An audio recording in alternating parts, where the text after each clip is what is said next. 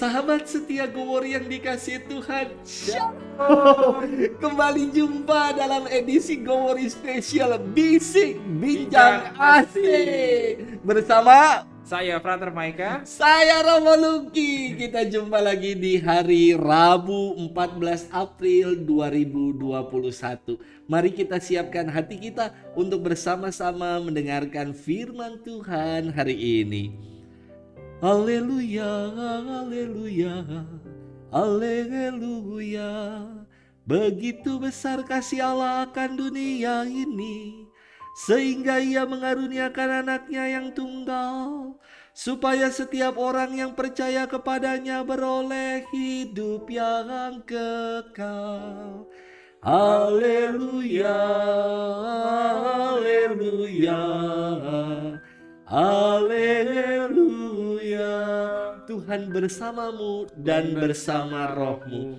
Inilah Injil Yesus Kristus menurut Santo Yohanes. Dimuliakanlah Tuhan. Dalam percakapannya dengan Nikodemus, Yesus berkata, begitu besar kasih Allah akan dunia ini, sehingga Ia telah mengaruniakan anaknya yang tunggal, supaya setiap orang yang percaya kepadanya tidak binasa, melainkan beroleh hidup yang kekal. Sebab Allah mengutus anaknya ke dalam dunia, bukan untuk menghakimi dunia, melainkan untuk menyelamatkannya. Barang siapa percaya kepadanya, ia tidak akan dihukum. Tetapi barang siapa tidak percaya, ia telah berada di bawah hukuman. Sebab ia tidak percaya dalam nama Anak Tunggal Allah. Dan inilah hukuman itu. Terang telah datang ke dalam dunia, tetapi manusia lebih menyukai kegelapan daripada terang, sebab perbuatan-perbuatan mereka jahat. Sebab barang siapa berbuat jahat membenci terang, dan tidak datang kepada terang itu, supaya perbuatan-perbuatannya yang jahat itu tidak tampak. Tetapi barang siapa melakukan yang benar, ia datang kepada terang, supaya menjadi nyata bahwa perbuatan-perbuatannya dilakukan dalam Allah. Demikianlah Injil Tuhan. Terpujilah Kristus. Sahabat setia Gowori yang dikasihi Tuhan, Shalom. Salam sehat untuk kita semua. Frater, tadi kita telah mendengarkan firman yang sangat indah dan inspiratif. Tadi disampaikan Yohanes 3 ayat 16. Karena begitu besar kasih Allah akan dunia ini, akan kita juga pasti. Frater, ada gak sih pengalaman kamu sungguh merasa dikasihi dan dicintai Allah? Di mana, Frater? Ada, Romo. Wah, boleh cerita untuk kita. Saya mengalami kasih Tuhan dan pengalaman dicintai Tuhan tuh ketika SMA. Wah, kenapa nih?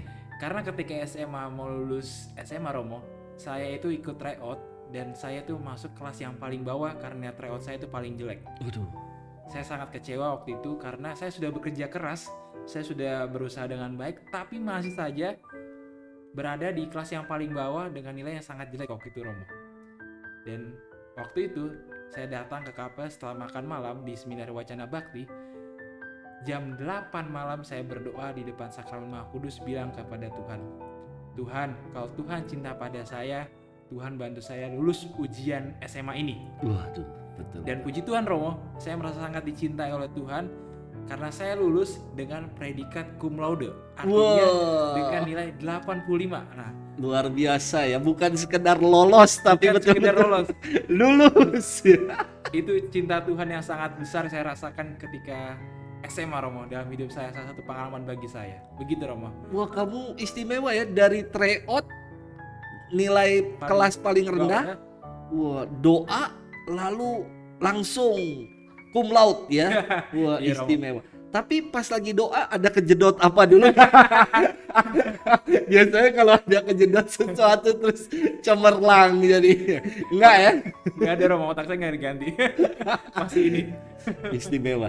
Pengalaman dicintai Tuhan karena ketika kamu berserah, wah luar biasa kuasa Tuhan ya. membuat kamu lulus dengan spektakuler. Wah, selamat frater. Terima kasih Ya. Romo. Kisah kasih di sekolah frater yang merasa dicintai Tuhan. Kalau buat saya frater, pengalaman dicintai Tuhan, saya itu mendapat second chance ya. Kesempatan kedua dari Tuhan. Kenapa saya bilang saya dapat kesempatan kedua? Dulu waktu saya SMP frater, waduh, saya begajulan, nakal, suka kebut-kebutan, ikut anak geng-geng motor, pacingko, pasukan Cino Kota. Sekarang udah gak ada ya, Romo? Wah, udah nggak ada, udah nggak ada. Sampai suatu kali frater di tahun 98. Jadi kamu 97 lahir ya? 97 lahir Romo. Saya 98 udah naik motor. Frater. Jadi umur kamu baru 1 tahun saya udah naik motor. Di tahun 98 itu saya mengalami kecelakaan maut yang hampir membuat nyawa saya terenggut. Saya nggak sadarkan diri. Lalu ketika saya udah sadarkan diri, saya tuh bertanya, tujuan hidup ini untuk apa sih? Lalu saya mencoba merenungkannya, ternyata tujuan hidup ini untuk saya maknai. Dan saya menemukan maknanya ketika mau memberikan diri untuk menjadi pelayan, hamba Tuhan, hamba Allah. Untuk dipakai Tuhan. Jadi kesempatan yang Tuhan berikan, kesempatan kedua, cintanya yang boleh saya alami secara sungguh dan penuh, membuat saya akhirnya bisa jadi pastor, frater. Wah, puji Tuhan, Romo. Kalau dulu saya nggak kecelakaan, saya masih di jalan dengan sekarang, atau jualan mie babi ya. Gara-gara kecelakaan, sama seperti Paulus yang dia jatuh ketika dalam perjalanan menuju ke Damaskus, ke Damsyik, dia jatuh. Akhirnya dia menjadi rasul bangsa-bangsa. Saya kira ya lebih kurang kisahnya sama. Ada pengalaman titik balik, saya jatuh dulu, nyungsrep dulu, baru ngikut Tuhan. Jadi saya ingin mengatakan kepada para sahabat setia Gowori sekalian, jangan tunggu sampai punya pengalaman nyungsep atau nyungsruk dulu baru kembali ke jalan Tuhan. Pengalaman cinta Tuhan harus senantiasa kita gali melalui berbagai peristiwa hidup yang sederhana. Cinta Tuhan bukan hanya hadir yang spektakuler ya frater ya. Yang frater alami hanya dengan berdoa, menyerahkan seluruhnya kepada Tuhan, buahnya berlimpah. Maka sahabat setia Gowori sekalian, kami ingin mengajak saudara-saudari sekalian untuk menemukan pengalaman cinta Tuhan yang sungguh di dalam hidup.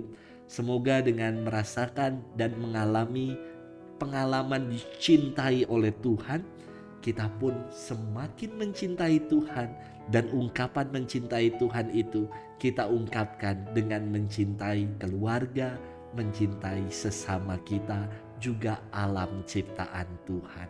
Tuhan memberkati kita sekalian dalam nama Bapa dan Putra dan Roh Kudus. Amin.